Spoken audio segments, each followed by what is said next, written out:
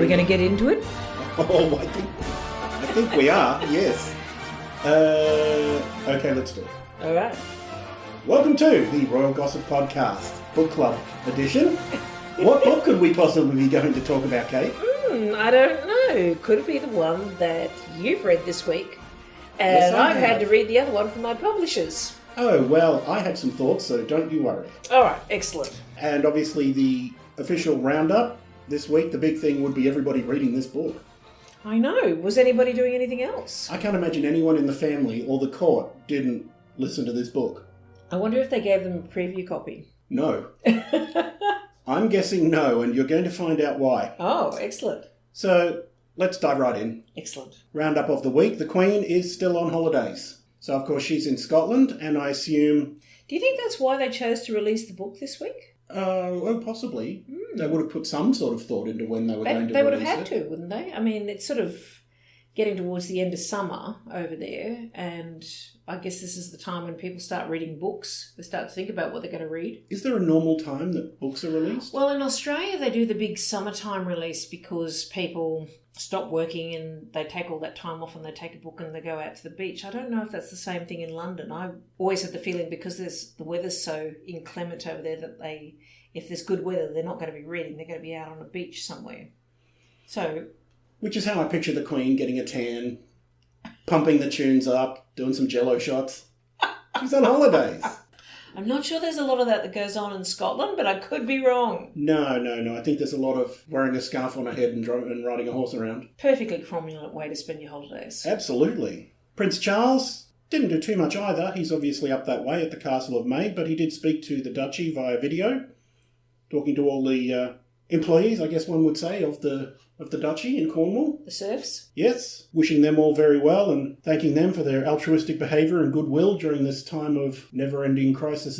I know, these unprecedented times. And similarly, the Duchess was sharing some of her information because she is president of Maggie Centres, which provide emotional support for those fighting cancer. So again, not a fun topic, but they have various drop-in centres around the UK. So is that like a general one? Because we talked last week, I think, or the week before, about cancer support centres for adolescents. Yes, they're specifically for adolescents. This one's a more general drop-in centre for families, I think. Okay. And it's an actual physical place rather than what I think is a counselling service in the case of the other one. She just talked about how it was inspirational to have visited them. And again, a lot of people are just tweeting and Instagramming about previous visits to places because it's so much harder now to visit these places. Absolutely. And I mean, not only for them with the COVID, but I think for a lot of royal people, they're thinking, look, me coming to visit you is more trouble for you than it's worth at this point. I hadn't thought about that, but I suppose it is, isn't it? Because they've got to deck all the crew out in the PPE and sterilise all the surfaces, and people who are immunocompromised have got to make a decision about whether they show up or not, and especially in a place like a cancer support service.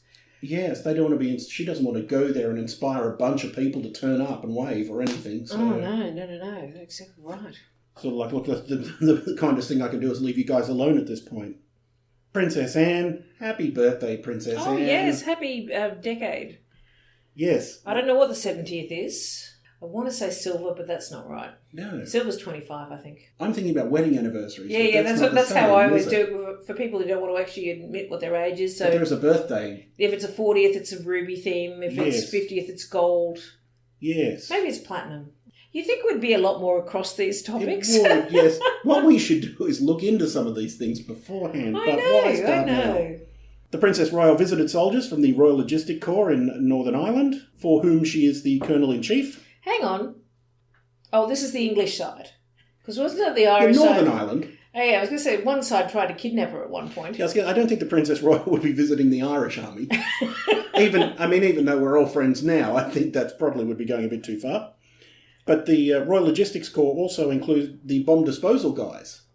Because they had a bomb disposal robot with like the claw arm. Again, I'm acting something out on the radio. But they've got a big claw arm thing, and they had the robot come out and present the Princess Royal with a bunch of flowers. So that was fun. Well, that's interesting. As one of my family members has a relative, I'd be very unspecific about this for obvious reasons, but you know my sibling. My sibling cohabitates with someone who has a relative who works in that line of work in bomb disposal. Yes. Gee, talk about stressful jobs. I know. And here we are trying to say call centre's the most stressful job, as though we had any idea about the real stress levels of the world. No, true. No. Where did they get the flowers from? Where did the robot get the flowers from? From the robot florist, obviously. Is this one of these robots that tries to make an escape out of the... every time they program it for sentient thought, the first thing it does is try to throw itself out of the laboratory and then it tries to kill itself? No. This one went off and got flowers? Yeah, this one was a lot more positive in its outlook. Prince William, the Duke of Cambridge, continued touring South Wales with the Duchess, and they visited the amusement arcade. It's a very small place. Weren't they there last week? Yes. And you don't need a week to tour that place. No, I think they're spreading out the tweets. I mean, they haven't got a lot to do either. It's pretty much holidays time over there. But they did catch some heat about not wearing masks. I know. They sent their daughter out without a mask to deliver food parcels. The reason they have done that is there isn't a rule to wear masks in Wales at the moment. And to wear one when you're not required to wear one, it was thought would be a political statement that they want people to live and not get infected. I know, it's ridiculous. But the thinking was basically that it would portray the authorities as not being cautious enough if they don't follow whatever the current rules are wherever they go. We should all be wearing masks all the goddamn time. Yeah, agreed. Sorry, I'm speaking as someone who's immunocompromised, and the fact that people want to have a fight about this just makes me want to go on a two-state punching face spree. Anyway, back to our normal transmission. Well, you can't cross our borders, so... No, well, that's right. Ahead. Yes, I suppose that's the point for our overseas listeners. Joey Jojo and I are in lockdown. We can't leave the state. And that's not because of our tracking monitors, ankle bracelet monitors. No, not just because of our respective reputations. And, of course, the Duchess, Kate, continued to be an inspiration to us all. She continued to promote her baby bank initiative, where she's had over 10,000 new items donated and is supporting 40 different baby banks, so well done for her. So these banks, can you withdraw and return, or... Because I've got one I'd like to return right now. Oh, you'd like to return your baby in its early 20s to wherever it came from? I'm afraid it's too late for that later term and abortion. Oh, whoa, we can't go there. We cannot go there. I've said it. Lordy. Supporting up to 40 baby banks, so well done for her. In terms of Prince Eddie and the Countess, haven't heard a peep, don't know what they're up to, though someone speculated that maybe they've gone to join the Queen in Scotland. I would have thought that would be the case. Because she would need someone to hang out with, and they'd be ideal because A, she likes them, B, they haven't disgraced everybody, and also they've got kids that are of a good age where you could have them at dinner and stuff. That's true. I keep forgetting their names. It is Severn, what's his name, the kid? I've put Joey Jojo on the spot. We'll come back to this. There's Lady Louise and Viscount Severin, whose Thank name you. I couldn't is... put... No, Viscount Severin. James? Oh, I don't know. Yeah, I believe so. I only saw him the first time as a sort of a fully formed human being at... yes, well, they're quite down the list. At Harry and Meghan's wedding. Yes. So they're kids of a good age. I mean, you wouldn't want the Cambridges there with a 2-year-old at dinner if you're, mashing pumpkin. People go, we're coming to stay with you and we're bringing 3 small children. You'd be like, oh great. And my mistress. Good news, Grandma. Do you reckon she travels with them? Who? The mistress. There is no mistress. I don't know why we went into great detail over how there's clearly no mistress. And if there is, she's definitely on the outer. Not that there is. Allegedly. And so. Oh, listeners, you should see his face. It's to our not main good. topic, our book club, and this book, Finding Freedom. Now, people, I will apologise. Joey Jojo has spent many a sleepless night reading this book. Unfortunately, my publishers insisted that I finish reading an actual manuscript that I was getting paid for to read. It just came out of nowhere 3 months after they told me I had to read it, and I thought, COVID, I'll get away with not reading it. But I have read some extracts, and I have engaged with some people on Twitter about what they think about it. But I'll be very interested to hear what Joey Jojo has to say about it. I'm so glad you asked. So I'll begin with an opening statement. Absolutely, please. Now, as we know, you talked me down that they had no choice but to leave and made me think that they... I do believe that was your sister who did that. Sure, but you did it too. You didn't listen to me, though. Correct. Well, I think you should know that I've done a batshit 180 and turned on them again. What a shock. These fucking bastards. You can't say that about my favourite. I absolutely can. The pair of them. How fucking dare they do this? And I'm not even... This isn't a bit. How fucking dare they do this to the family? He's sprung this on me, listeners. They are a pair of ungrateful turds. Are you channeling Piers Morgan here? The comedy's out the window. How fucking dare they do this and attack the... What is the point of this thing but to paint themselves as victims and attack the family? Have a negative effect on the family. And how are they wrong about this? Please tell me, Joe. How are they wrong? How are they wrong? What has the family done? Let's just get into it. Okay. Get into it. Ungrateful bastards. I can't believe they've done this. And don't you start with me, you fucking bitch. that they didn't write this book. Because this book should be called... Well, no, they said in the acknowledgements that if you actually had read the acknowledgements page, that they had actually spoken on occasion to the Duchess and the Duke.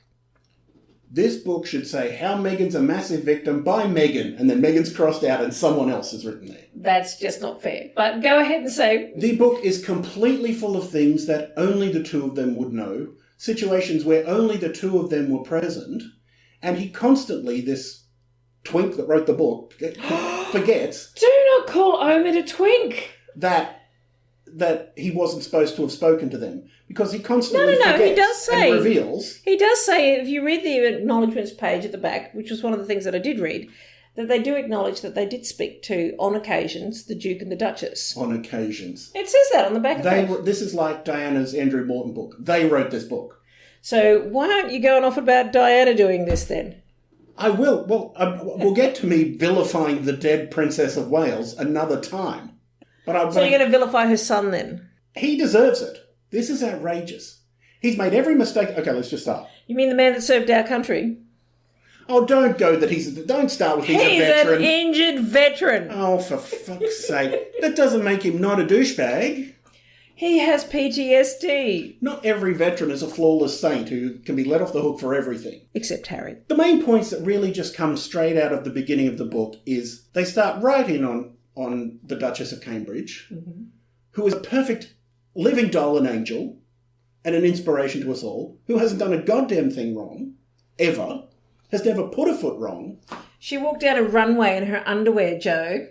Oh my God. That's the thing on her permanent record. I see here she picked up a dog by its hind legs and moved it around like a wheelbarrow. Like, what are we... She doesn't wear underwear and she doesn't weight down her skirts. This whole thing, that Kate should have done more to reach out to Meghan and befriend her. What do you want her to do, for Christ's sake? You're a grown woman. How much does your sister-in-law owe you in terms of welcoming you into the family? You're asking the wrong person on this one. Right, yes. I mean... How much can she befriend them? Kate's got an entire job to do. She's in the gym 9 hours a day. She's got 3 children.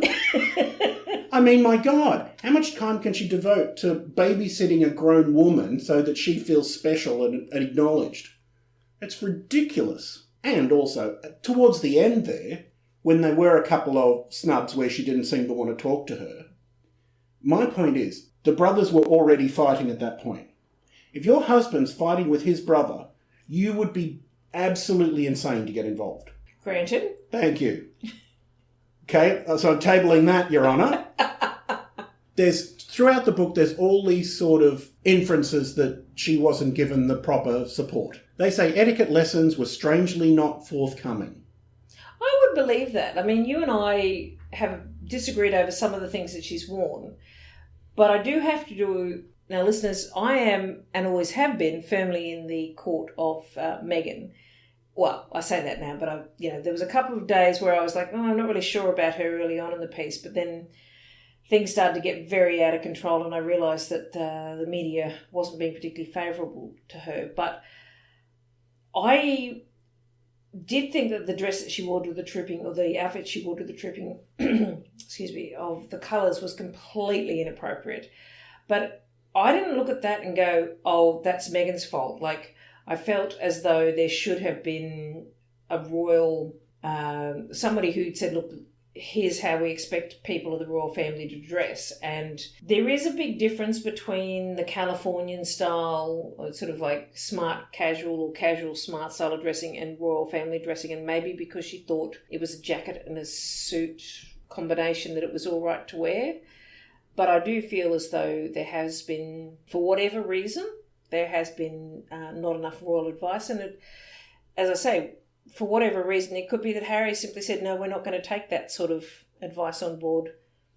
And maybe his entire plan has been all along to gradually segue out of royal life, and he has just been bit by bit making decisions that reflect that. So in other words, saying, we're not going to take royal advice on how we're going to dress. I'm going to tell Meghan myself what's acceptable. And I can't imagine that she walked out in front of him and he went, oh my God, no, that's not acceptable. You have to take that off. I mean, I guess he's a dude and he wouldn't know, but you would have thought, being in that circle, you would go, oh, you can't. It's a war memorial. You can't wear an off-the-shoulder outfit to that. I find it difficult.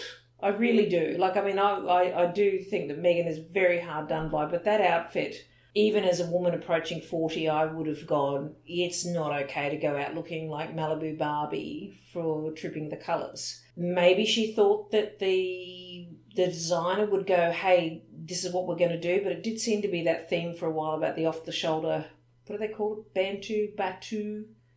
I'd never heard it before, but it was where it sort of basically sits on the shoulder tip. Oh, no, I know that kind of thing, but I don't know what it's...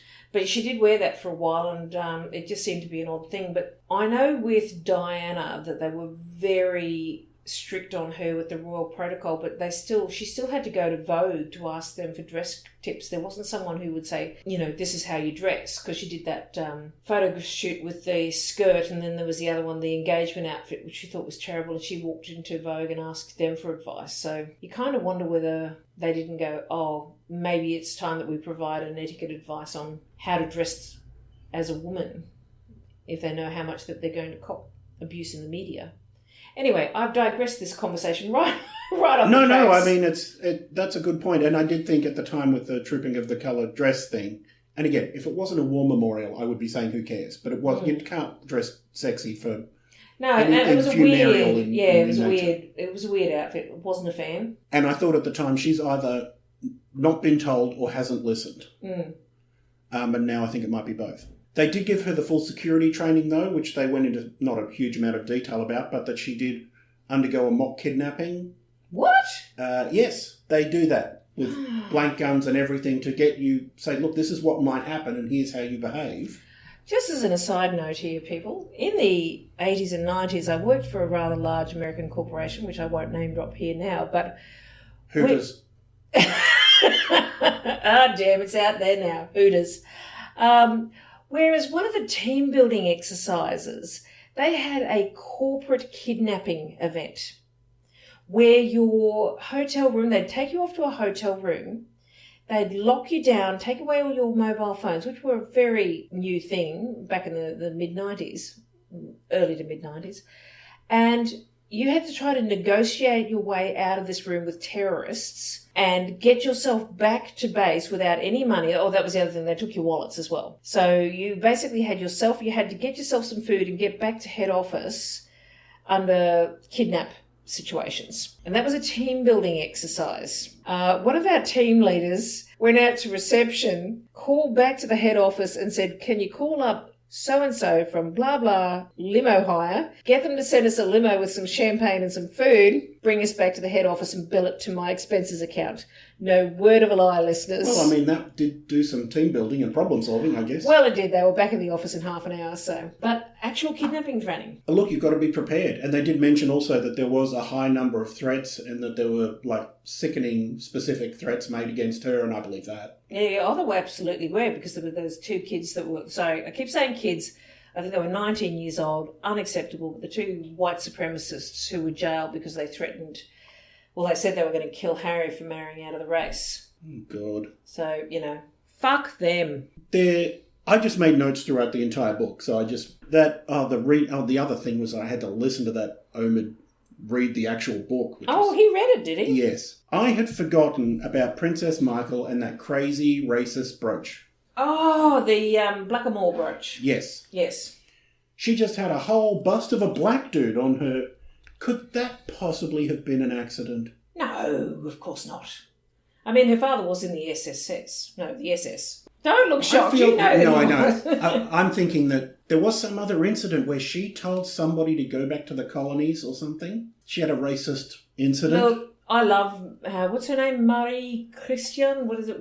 Christine? I want to say it's Marie Christine, but I don't Christine, think that's that right. sounds right. Or is that the haunted car from that Stephen King movie? That's Christine. Yeah. Or are you thinking of the haunted boat, the Marie Celeste? Oh, okay. This could be a whole other topic. No, look, she presents very well, but this is that whole thing about, I don't want to say casual racism, but that's the only term I can think of right now, where things are so ingrained into our culture that we think that it's okay to say something or do something. And I'm wondering, and this is not me making an excuse, but I'm wondering in some sick, twisted way whether she thought that was making, she was complimenting, she thought she was complimenting Meghan by saying, look, I'm going to wear something that's your skin colour to say that I'm okay and I'm not a racist. What? I thought just to show you how much I appreciate black people, I'd wear a necklace with a gollywog on it. Yeah, exactly. Like, what? Yeah, I know. Look, it's ridiculous, and I don't know what she had to do to twist herself in to think that was ever okay. Like, I just don't.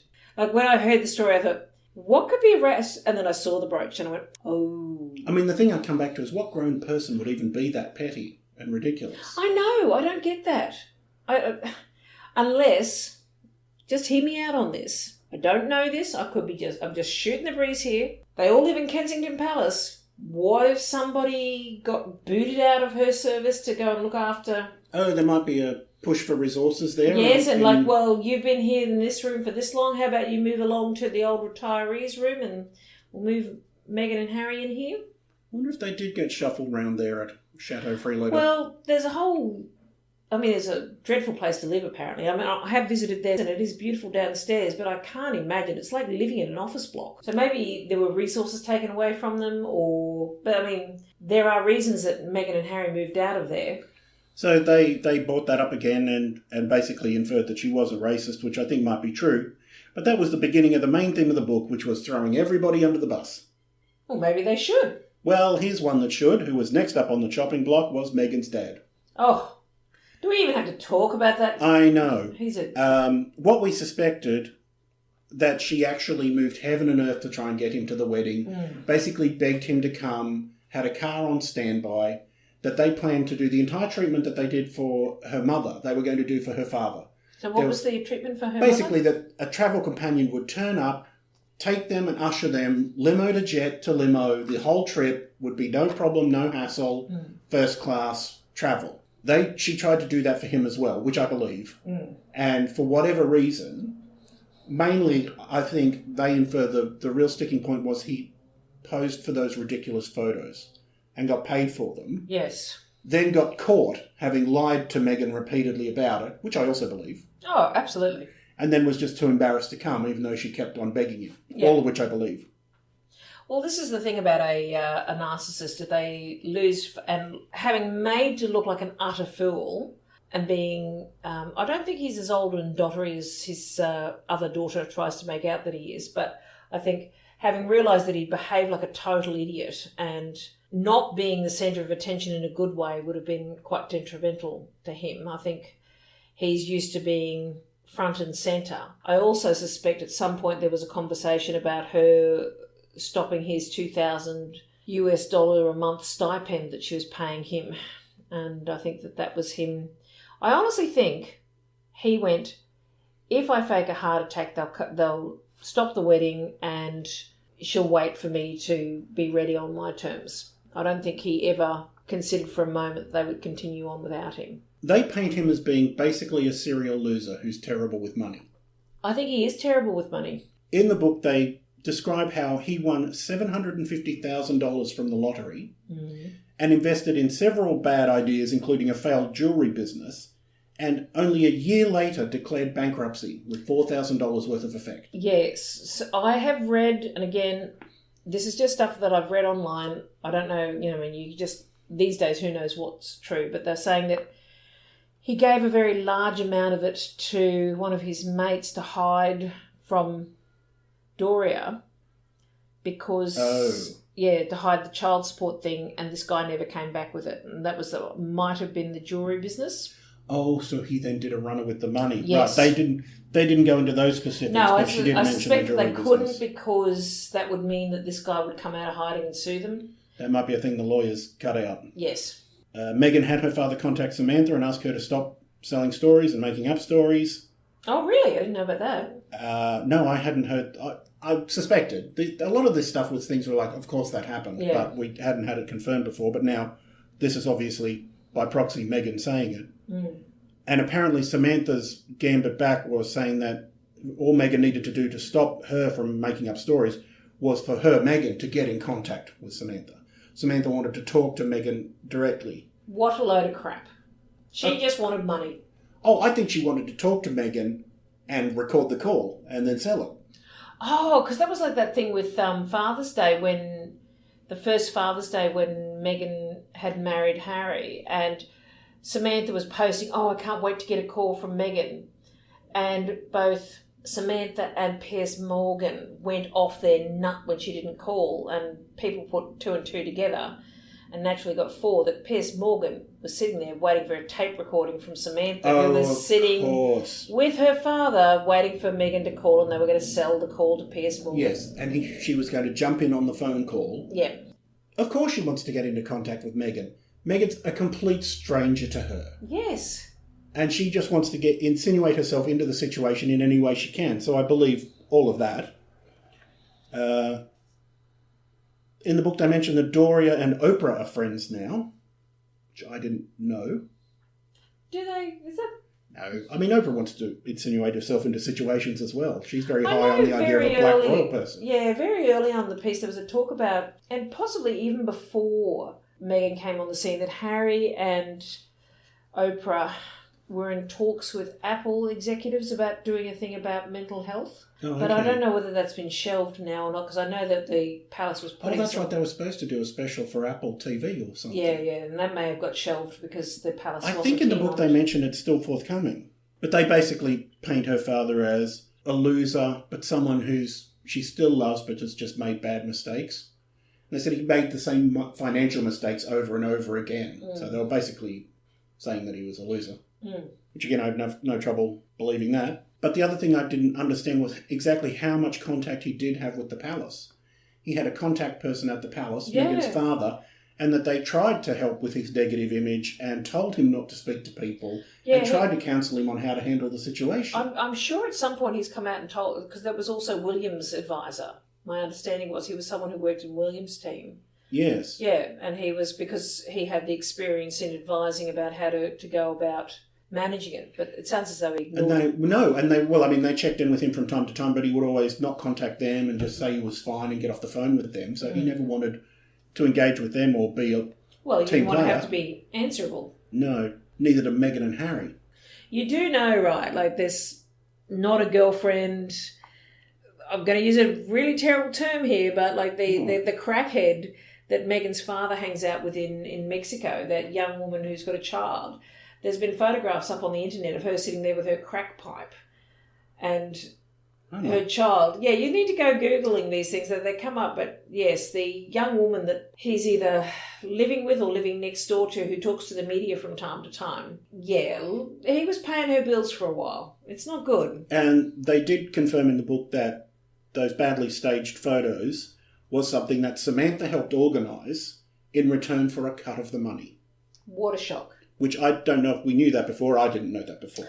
There had been theories. The Sussex Squad, God love your work, girls and boys, had tracked down something which proved that she had been involved, but for a while they didn't know whether it was after the fact she was saying that to try to calm him down or, to take some of the blame. But Samantha is not a person that takes personal blame for everything. She would have done it in a way to make herself seem like the hero of the situation. And... it was like $150,000 US or something they got for those photos. And Meghan called him repeatedly and asked to confirm that the story wasn't true, that he staged the photos, and he repeatedly lied to her. And even after that, before the wedding, they being the palace, tried to stop the publishing of the story that exposed that he was a liar. Mm. as I say, even after the story broke, that was when she was still trying to call him, trying to organise a car, trying to get him to come to the wedding, and he was obviously just too embarrassed by what he'd done, most of which we knew. I don't think he was embarrassed by what he did. I think he was just embarrassed that he got caught out. But they found out that he was not coming to the wedding on TMZ like we all did. Well, he's he just betrays her, then says sorry, then... Did he ever say sorry? Well, he said he apologised to her in an interview for which he also got paid. Having been told not to conduct any more interviews. As far as I know, he just stopped returning the calls, so he never actually apologised because he lied and said he just wasn't... It wasn't his involvement. But the fact that Meghan obviously wrote this book, because the book includes the precise wording of the texts back and forth with her and her father. Are you sure he didn't sell them out? It's their version of the story. It goes right into the secret honeymoon with a friend's jet, because they can't stay off private jets every 2 seconds. All those private jets are carbon offset. Carbon offset is an accounting trick. It doesn't stop the ruining of the planet. It's total bullshit. They buy trees, Joey Jojo. They plant them. They make extra carbon banks. Elton explained it all. Didn't you read his telegram? Right, well, if Elton says it then. Oh, yeah, and the interview where he apologised for the stage photos was on Good Morning Britain. So that was with Piers Morgan, I believe, for which he was then paid another £10,000. Apologies to all our regular listeners for what is about to come out of my mouth. But don't, because you'll get in trouble with my mum because she doesn't care for it. So say a different word. Piers Morgan is a very bad man. He's a jolly bad person. He's a total vimey. The advisors at the palace and everybody didn't know what to do with the dad, and in the book they said they think that he's not well and vulnerable. So they tried to put they tried to make themselves seem more sympathetic than angry towards him even now. Are you saying that he couldn't have had a car accident somewhere? Honestly, the rules... Well, no wonder he wouldn't get in a car. They said that Prince Charles took an instant shine to Meghan and was like a second father to her. It sounds like she needs a first father. Well, exactly. That would probably be another good reason to not leave everybody in the lurch. Mm. Like this pair of bastards have done. Prince Charles and Camilla were very supportive of Meghan. This is her version of the story. Mm-hmm. And as we know, it was only a few weeks into the whole thing where the Queen took Meghan on a joint appearance, and it was nearly 10 months after the marriage that she took Catherine on a similar event. Mm. So they did everything to try and welcome her in and make her seem and be and feel part of the family. What more, I ask you, Councillor, could they have done?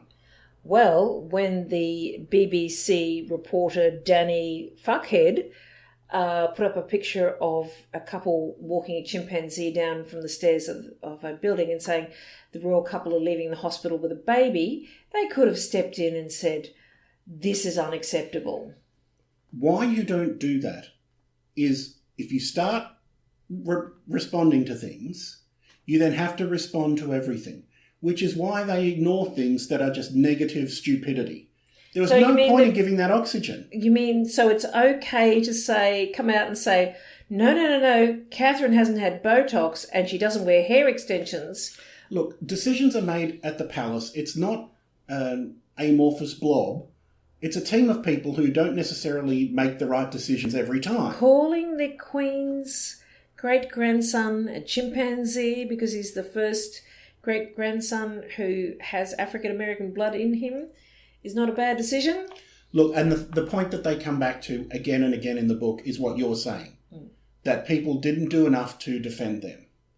But I say, why would you dignify these things with a response? I don't think you would. So you're arguing about living next door to a group of bikers and making the decision to live? No, I've turned back on that because it only hurts you if you let it hurt you. Oh, that's just so rubbish, Joe. Don't read it. What? The negative. So you're going to say that, honest to God, that if someone was coming out against your sister and saying dreadful things for 3 years in the newspaper, that you wouldn't go, look, enough is enough. This isn't cool. You can't say this. It's bullshit. It's daily. It's stirring up white supremacists. You look at Camilla, the Duchess of Cornwall. She was an older woman. She didn't have an infant child. Stop making good arguments. Camilla was roasted in the press. Of course she was. She spent nearly 10 years... But she did actually do something wrong, Joe. Not to the degree Yeah, that she walked in. Did she deserve to get up every day, come downstairs, and on the front page of the newspaper, the headline is "Fuck this bitch," and it's about you. Every day, it went on and on. So you're saying that Meghan did deserve that? That's where your argument's going. No, it's not. I will tell you where it is going. All right. They put Camilla on the front page of The Sun. They drew horns on her head.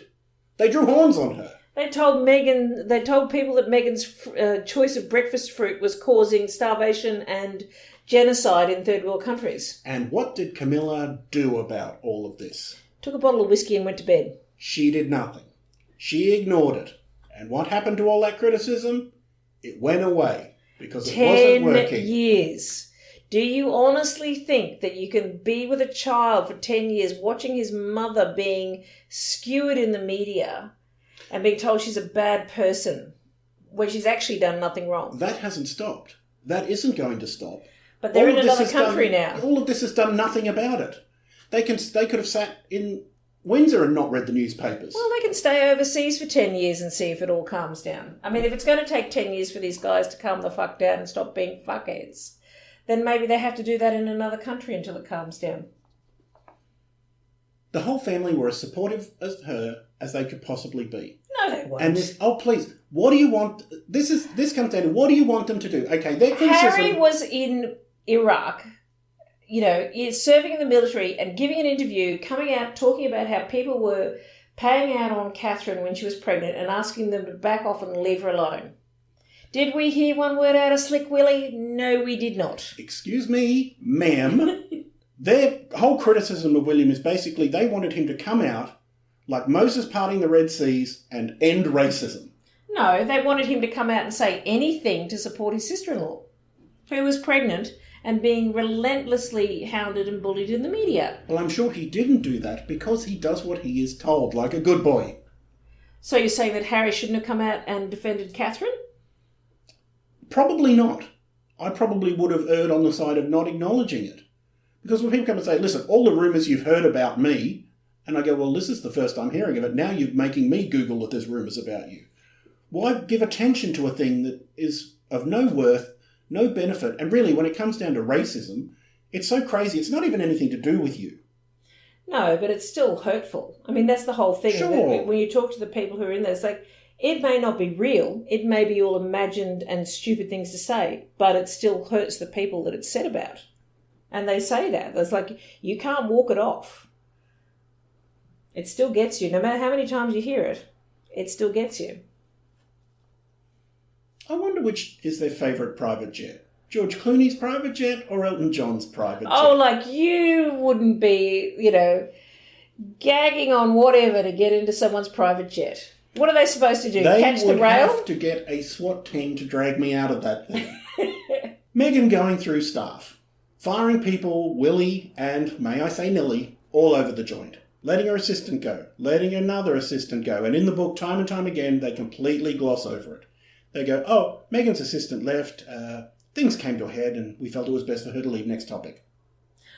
Yes, but this comes back to what we've talked about before, is that there is an established way to do things in the royal family. And there is a way that you do things when you are a up-and-coming starlet or, in America. And there are very different work ethics between the UK and the US and Australia. And why should you have to have someone who doesn't want to get up before 9 a.m. in the morning? If you're a person who gets up at 5 a.m, and God knows you and I are not these people, but why shouldn't you have a choice to pick someone who actually fits in with your work ethic? Why do you have to have somebody who doesn't work according to how you want them to work? Why should you have someone working for you who doesn't have your best interest at heart or is incompatible with your work ethics?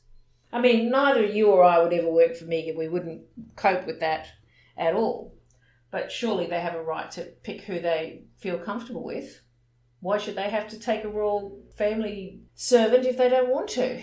Why don't you shut your mouth? Sorry, am I supposed to be being unreasonable today? But they did with this Melissa. They went out of their way to mention in the book that they were dissatisfied with her work. Unnecessary. Well, if she was crap, why not? And, it's just, you part in professional situations, you always just say you parted company and don't badmouth other people just to be professional. But they're so desperate to make sure that no one thinks that Meghan's a bitch because she's this flawless Oprah-type figure. She's this serene and wonderful magic unicorn that farts rainbows. There's a guy you can get on the internet who'll do that for you. No, get out. Glitter even. They thank the Sussex squad a lot, and why wouldn't they? And I have to say, they are, like, out of fandoms, there's not a lot of toxic stuff that comes from them. And we are awesome. There is a lot of positivity. I didn't know how much money the Sussex squad actually raised for charity and planted trees. Yeah, we were huge. I mean, I was a brief part of Sussex squad, but had to leave because there was one psycho who just decided that I was some Cambridge squad infiltrator. And a couple of the Sussex squad people reached out to me after the fact and said, oh, no, she's known and for being a bit psycho. You didn't infer that Meghan's not a godlike angel, did you? No, it was, there was a really weird thing where I was banned off some group because I can't remember what it was that I said. Who knows? You're a serial... Oh, I am a serial offender. I remember I contacted you at the time. You went, why are you contacting these people? And I got blocked by somebody and then blocked by someone else. And she was saying, oh, you're making this all up. And I'm going, well, no, I'm not. You can see that my comments have been blocked. And this, she had a personal vendetta against Samantha. And I think she thought I was one of Samantha's friends. Oh, I know why it was. Because I was friends with Samantha's daughter on Twitter. The youngest one. Right. And she was desperately trying to say... So at one point I was following Tyler and Tyler was following me back. So that's... Samantha's nephew through Markle Jr. What's Thomas Markle Jr.? Thomas Jr., yeah. So Thomas Jr. had a son, Tyler, and I followed him for a while on Facebook. And I was also following and being followed back by Noelle, who was Samantha's youngest and very beautiful, lovely daughter. And I think... I won't name this woman. I think she thought that I was in with the Markles. I definitely wasn't because neither Tyler nor Noelle are on speaking terms with Thomas Senior or Thomas Junior or Samantha. Well, Samantha was someone you specifically Twitter bullied. Yes, yeah. Well, yes, I have to say. Don't fucking go no. But Samantha was fun to troll. She just absolutely yes, did. I did. Repeatedly. I had forgotten something else that was referenced in the book, which is, okay, they're paying for the renovations of Frogmore Cottage. £18,000 a month. They were already in the midst of renovating their apartments at Kensington Palace for them when they up and announced that that wasn't good enough for them. I don't think they up and announced that it was. I think that they had... I think that was when everything went sour with William and Catherine. And honestly, I don't know. I can imagine, I know what it's like when you are an Australian person trying to speak to an English person. And for our Australian listeners, we are we pride ourselves on being forthright, but we also think that we're truthful and not unfair in our comments on people. But the English really don't take well to being told where they're wrong on things. And I think that when that's amped up to an American level... Oh, I think they considered her rude when she was just speaking American to them. Yeah, and I think, look... That definitely happened. One of the things that is really hard for a Londoner to understand is that life starts before 9 a.m. in the morning on a weekday. But yeah, look, I can totally understand with the English, them being deeply offended about Meghan saying, well, does anybody do anything before 9 a.m.? And... It's just the way of life over there. No one does it. Like, there's no point in getting up if you're going over touring there and if any of us ever toured London again, but getting up in the winter, you don't go anywhere. And at 5 o'clock in the morning and expect that there's going to be a coffee or a chai latte or anything for you. And I can also believe that Meghan would find it very difficult to go, okay, well, I'm going to slot into this laid-back kind of lifestyle. If you're a very goal-oriented person as she is, you would be like, I need to be up at 5 a.m, I've got to get all this stuff done. And I do think that she is someone who is very, I don't want to say controlled, that's not the word I'm looking for, but, very, has a plan, disciplined.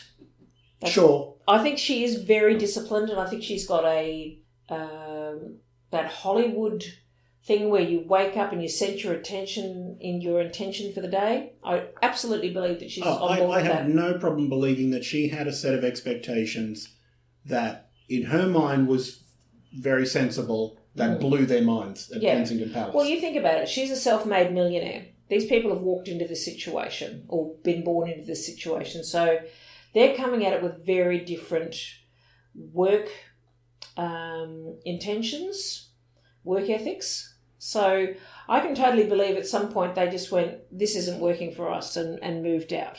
But they're so sensitive to criticism. My God. It's never Who, ending. the English? Yes, absolutely. They very much are. No, not them. They totally Harry are. Yeah, sure, but I'm talking about Harry and goddamn Meghan, and you know that. And the whole book is them refuting stupid rumours that who cares about anyway, and they just keep coming back to the theme that nobody was defending them enough, and that the palace wouldn't refute untrue rumours, and that they didn't get the same support that the Cambridges got. Why do you think that that's Meghan? Because I've seen things saying that Meghan saying to Harry, can't we just let this go? And Harry going, no. I'm saying I hate the pair of them now. Well, I've seen interviews from Harry where he was talking about setting up his own newspaper so he could refute the stuff. This is when he and William were still talking about 20 years ago about wanting to refute the stuff that was being said. Yeah, he's an overly sensitive little dick as well. Who? William? Yes, I agree. No, what? You know what I'm saying. Because they go through, in the book, they've just got a raft of all these things that they go through and deny. Like, okay, the air diffusers to get the mustiness out of the church for the wedding. That's true, but they wanted the palace to release a statement saying Kate also did that when they got married at the Abbey, so leave her alone. And why is that unreasonable? Because who gives a fuck? If everybody who was on Twitter... This is a story no one gives a shit about. No, that's not true. I've been on Twitter and the Cambridge squad went for Meghan about this. They said that she was ridiculous, that she was over the top for wanting the church not to stink. And they're saying that was her overreaction. Again, if you start refuting stories, how does it end?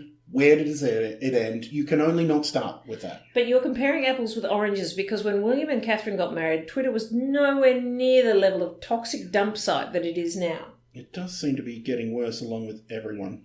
Mm. I don't understand why people have a problem with changing the rules, changing the way that things are responded to, and saying, look, this isn't fair, because they went after her unreasonably because Harry would say, we're not going to give you access, we're not going to do this, and the media just went, well, we're going to make shit up. Amongst the things that they denied was also bridesmaid fitting gate. According to the book, and I believe it, the whole thing with Meghan getting touchy with everyone, Kate bursting into tears, all parties agree that just never happened. That was just a totally made-up story. But again, they wanted the palace to acknowledge and respond to that story. That's not unreasonable. It's not a crime. Again, it's another who gives a shit. But they were accusing Meghan of bullying Kate and then later bullying the Louisa. Is that her name? No. Who? Lady Louise? No. The Kate and William's daughter. What's her name? Charlotte. Thank you. Sorry, I've had a Friday afternoon blip on the brain.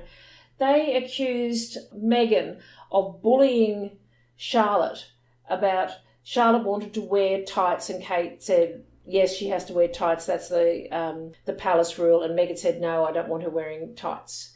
That was one of the stories that went round. And I mean, if you are pasted as a woman who is bullying a young child on the internet and people keep coming for you, I mean, it's terrible. It's a terrible way to be portrayed, and it was completely untrue. Another one was that Meghan apparently bollocked a member of Kate's staff, implied to be Deputy Communications Secretary, Katrina McKeever. Again, all parties agree that never happened. It was just another made-up story. Can you even imagine her bollocking somebody though? Ridiculous. And then a furious Kate stepping in. Again, if you started acknowledging, giving oxygen to, and denying every cock and bull story that's in the newspaper, your denial gets more coverage than the original story got, and leaves people going, maybe that did happen. Well, they were going, that's happening even when they didn't deny stories. I mean, there's so many stories that they didn't deny. I mean, you've seen them, where they've done the side-by-side comparison. I mean, from the get-go, it's not even though that they've acknowledged it and the media then has run with it. From the get-go, they've run stories about Meghan about Kate, and then they've run stories about Meghan, which are complete polar opposites and the very first thing. So, Catherine is this loving and concerned mother because she's got her hands on her pregnancy stomach. Meghan is trying to draw attention to herself because she's got hands on the pregnancy stomach. William's a wonderful husband because he brings home Kate an avocado to help her with her morning sickness. And Meghan is a terrible woman because she's causing poverty and piracy and terrorism because of her love of avocados. I mean, from the very get-go, it's not even them retaliating against these stories. At the very start of it, the media is skewed in William and Kate's favour. I don't deny that. I'm not saying they weren't unfairly targeted in the media. So you're just saying that she should just be quiet and sit in the corner like a good black girl? Is that what you're saying? Oh, for the love of... Yes! Everyone of every colour should not give oxygen to trolls. And she would have had the palace issuing 10 statements a day... Well... denying every bullshit story that came out. Were you this angry when they came out and denied about Catherine's Botox? Were you this angry when they came out and said, no, Catherine doesn't wear hair extensions? Yes. No, you were not. You liar.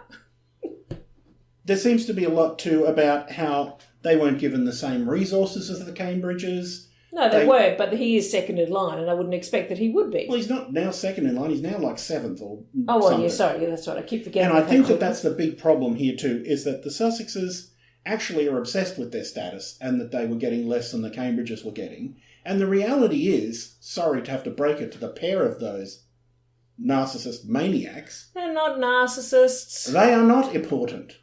And they were the flavour of the week because they'd just gotten married. And they basically say in the book that they should have been getting the most resources because they were the most popular. Well, they were selling newspapers more than Catherine and William. But that's not how you then allocate resources within the palace. You don't win on the basis... It's a hierarchy, for God's sake. They're not narcissists. I'm going to tell you why they're not narcissists. Because the pair of them start at the very bottom of whatever they get involved in, and they work quietly in the background, and Meghan has, long before she got involved with the royal family. Maybe Meghan, but not Harry. Come on, it's a pretty cushy ride. Harry has gotten involved in a lot of charities, set up a lot of things. He worked a great deal on that school for the war orphans in Africa.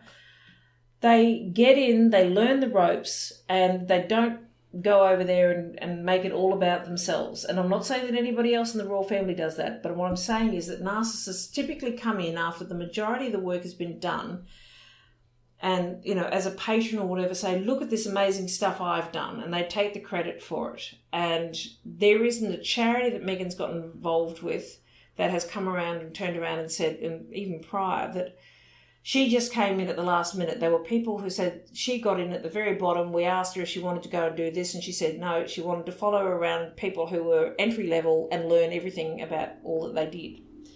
And that sort of level of hard work and attention to detail sort of speaks of people who might be perfectionists or purists, but it doesn't speak about people who are narcissists and who want all the glory without doing the hard work.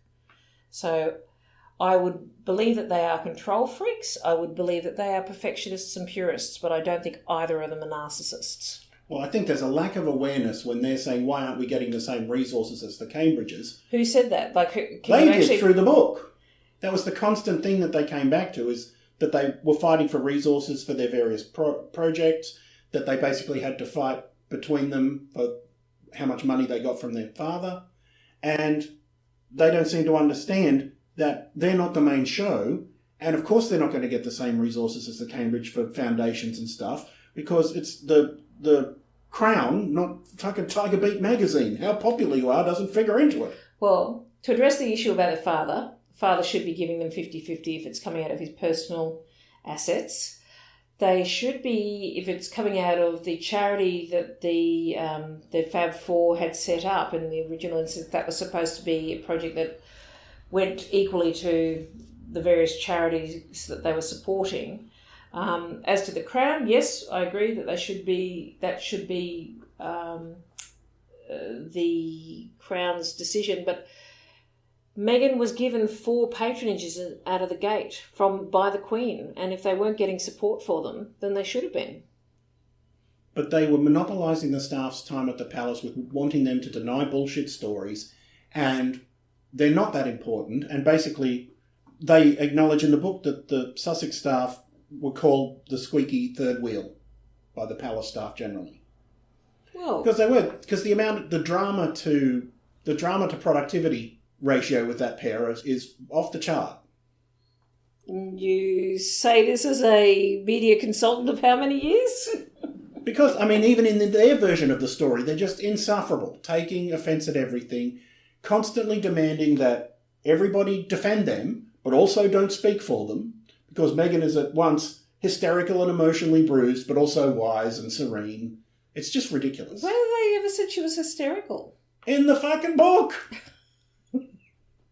It's all in the book! I'm sure. Well, then how does that paint her in a good light if you say that she wrote the book?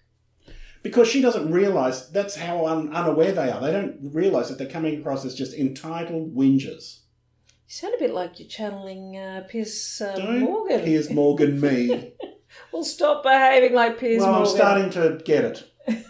No, he's a vimey. He's a very bad person. They just basically come back to their exact words. The lack of support was deafening. Nobody's getting stories refuted about them in the press because it's just... Oh, I've already said it. Botox, hair extensions. Oh, and total media silence once that rumour about Rose Chumley broke. Okay. This is going to be too long. How long have we gone? This is so long, I think the book report, this is going to have to be end of part 1. Okay. And we get to the rest of it because I've still got 5 pages of notes and I'm going to get angrier. So we haven't even got to the part where I'm gonna have to read the book over next week, people. No, I don't want you prepared. Yeah. So you want to ambush me? Of course. So let's end on the headline roundup, shall we? And get the hell out of here, because this is already too long. Daily Mail. And I love how their headlines are an entire paragraph. Mm. This invites the kind of intrusion they were so quick to deplore. Royal commentators deliver their very scathing verdicts on Finding Freedom and call it the pure undiluted voice of Prince Harry and Meghan Markle. Yes. So what? It's hours of them whinging. You mean speaking out against being oppressed? And all they do is talk about how they don't want any intrusion into their private life. And in the book, they tell you absolutely everything. Well, I'm going to have to read it now because I can't refute this. They go right into the honeymoon and all these details. I'm like, what is there left to know now? The Sun. Oh, this will be good. Meghan and Harry's $8 million Santa Barbara mansion funded by Prince Charles. That's total bullshit. It's not true. They've paid for it themselves. Harry got £40 million out of his estate from Princess Diana. There's absolutely no indication that Charles has paid for it. That's just the newspaper doing a run for it. But they've said that they've bought it themselves and they've got a mortgage. Are you saying that the Sun didn't check the facts in the Well, case I'm saying the question? Sun is one of those newspapers that Harry and Meghan said that they would never cooperate with ever again. The Sun. The Queen will find Finding Freedom a huge source of irritation. Yeah, no fucking shit. Absolutely. Of course this. Of course they've thrown the entire family under the bus. We haven't even got to the part about all their version of them actually leaving and the summit, which really does need to kick off another episode because I'm exhausted. But we'll get to all of that in part 2. So I guess this is episode 1, The Phantom Menace, of this whole shebang. I'm not the Phantom Menace. Can we be a New Hope? Okay. I don't know whether there is one. Daily Express. Meghan Markle latest. Why Duchess and Prince Harry made a huge mistake buying a new home. What? Why? Well, the article goes on to explain that, economically speaking, it's not a great time to buy a home. They bought that house. That was something like $35 million US, and it was discounted down to $14.5 million. So they have done an incredible deal on that house. And Tyler Perry's house, where they were staying for a while, was just constantly being buzzed with drones taking photographs of them. So, good on them. People are just going to whinge no matter what this couple do. It doesn't matter. Like, even if Meghan lay down on a carpet somewhere and said, I've been such a bad person, please forgive me, they would still find a way to hate her. No one's picking on her. Daily Express. Meghan Markle humiliation. There we go. Meghan Markle humiliation as Amazon drops price of book on Duchess before publication, which they do. Amazon dropped the price the day before the book was released. And do you know why? Because it didn't sell very many copies. And do you know why? Because only maniacs like us would read a friggin' book like that. Who's spending money? And I don't decry anybody buying books because, I do have a degree in English literature. But at this point in time, who is buying anything? You would have to be a super fan to be bothered paying. Yeah. Thanks for joining us. Are we going to do a roundup? Thank you, Catherine, for being here with us once more. If you haven't joined us, go to facebook.com/royalgossipod and you can comment on our posts and interact with us, and who knows what might happen. We may not still be interacting with each other, but we'd be happy to interact with you. Oh, listen, in the second part it's going to get worse, because when they start throwing the Queen under the bus, then I've been calm and I've been measured in my response up until now. She's protecting Andrew. Why doesn't she, of all the things that Harry and Meghan have done, is any of that worse than what Andrew has done? Oh, great, you're going to end this on hitting me with something indefensible? Absolutely. Say goodbye, Katie. Goodbye, Katie.